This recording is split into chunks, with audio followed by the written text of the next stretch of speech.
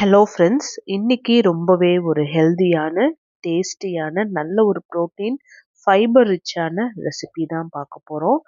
அரிசி சேர்க்காம நல்ல மொறு மொறுன்னு தோசை ரெடி பண்ண போறோம். அரிசி இல்லாம நம்ம சேனல்ல நிறைய ரெசிபிஸ் அப்லோட் பண்ணிட்டு இருக்கோம்.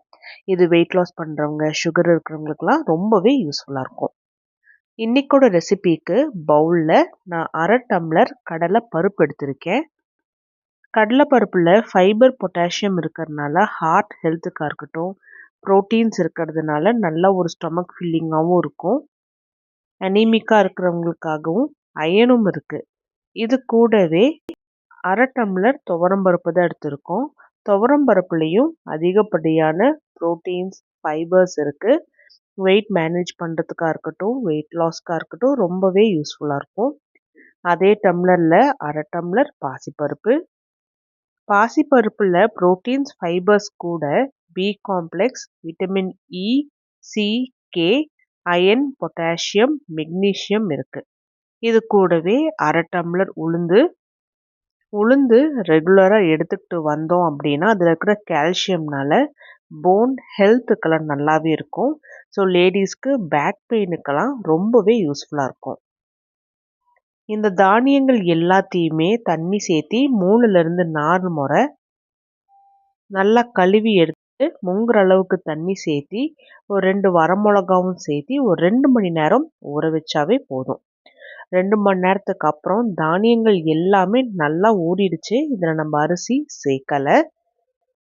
ஸோ இது எல்லாத்தையுமே தண்ணியிலேருந்து வடித்து எடுத்து மிக்ஸி ஜாருக்கு ட்ரான்ஸ்ஃபர் பண்ணி இது கூடவே ஒரு 4 பல்லு பூண்டு, ஒரு துண்டு இஞ்சி, 1 டீஸ்பூன் சோம்பு, 1 டீஸ்பூன் ஜீரகம், தேவையான அளவுக்கு கல்லுப்பும் போட்டு நல்லா நைஸாக அரைச்சி எடுத்துகிட்டு வந்துடலாம். கொஞ்சமாக தண்ணி சேர்த்தி ஆரம்பத்தில் அரைச்சி எடுத்துகிட்டு வந்துடுவோம்.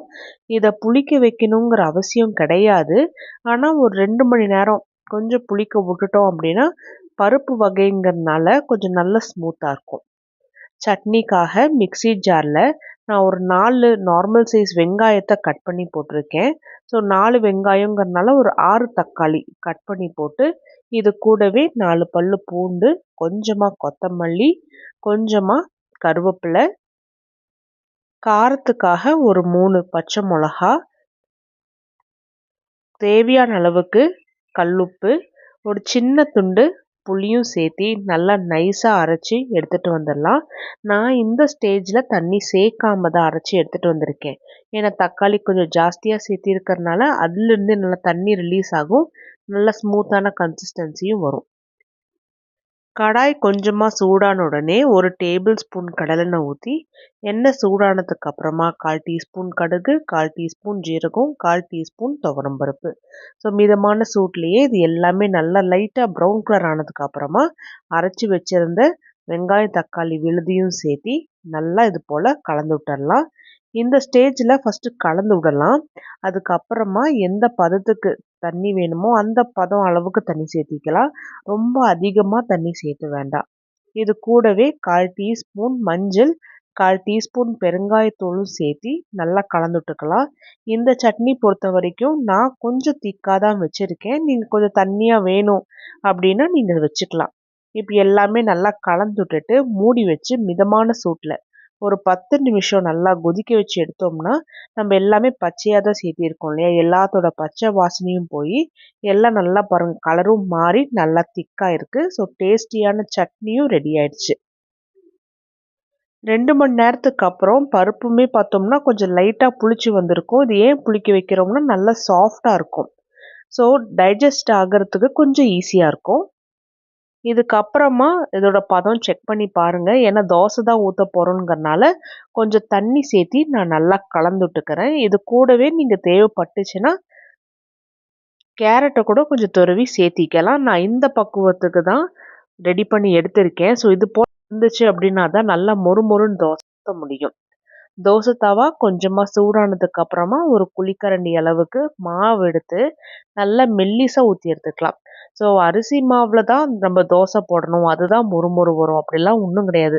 இது பாருங்க, நான் கொஞ்சமாக தான் எண்ணெய் ஊற்றியிருக்கேன். நான்ஸ்டிக் தோசை தவா எடுத்திருக்கேன். நல்லா மொறுமொறுன்னு கோல்டன் ப்ரௌன் கலரில் நான் தோசை போட்டு எடுத்திருக்கேன். ஸோ கடலை பருப்புலாம் சேர்த்திருக்கறனால தோசை நல்லா மொறுமொறுப்பாக இருக்கும். உளுந்து பாசி பருப்புலாம் சேர்த்திருக்கறனால நல்லா சாஃப்டாகவும் இருக்கும். டேஸ்ட்டுமே பார்த்தோம்னா வேற லெவலில் இருக்கும். இதை நான் ரெடி பண்ணி வச்சுருந்த கார சட்னியோட தான் சாப்பிட போகிறேன். இது போல் அரிசி சேர்த்தாம நல்ல ஒரு ப்ரோட்டீன்ஸ் ஃபைபர் ரிச்சான தோசை வெயிட் லாஸ் பண்ணுறவங்க, வெயிட் மேனேஜ் பண்ணுறவங்க, சுகர் இருக்கிறவங்களுக்குலாம் ரொம்பவே யூஸ்ஃபுல்லாக இருக்கும். தைராய்டு இருக்கிறவங்க கண்டிப்பாக இதை சாப்பிடுங்க. முடிஞ்ச அளவுக்கு அரிசி சார்ந்த உணவு அவாய்ட் பண்ணி பாருங்கள். உங்களுக்கு வெயிட் லாஸ் அவ்வளோக்கா தெரியலினாலும் நல்லாவே இன்ச் லாஸ் தெரியும். ட்ரை பண்ணி பார்த்துட்டு சொல்லுங்கள்.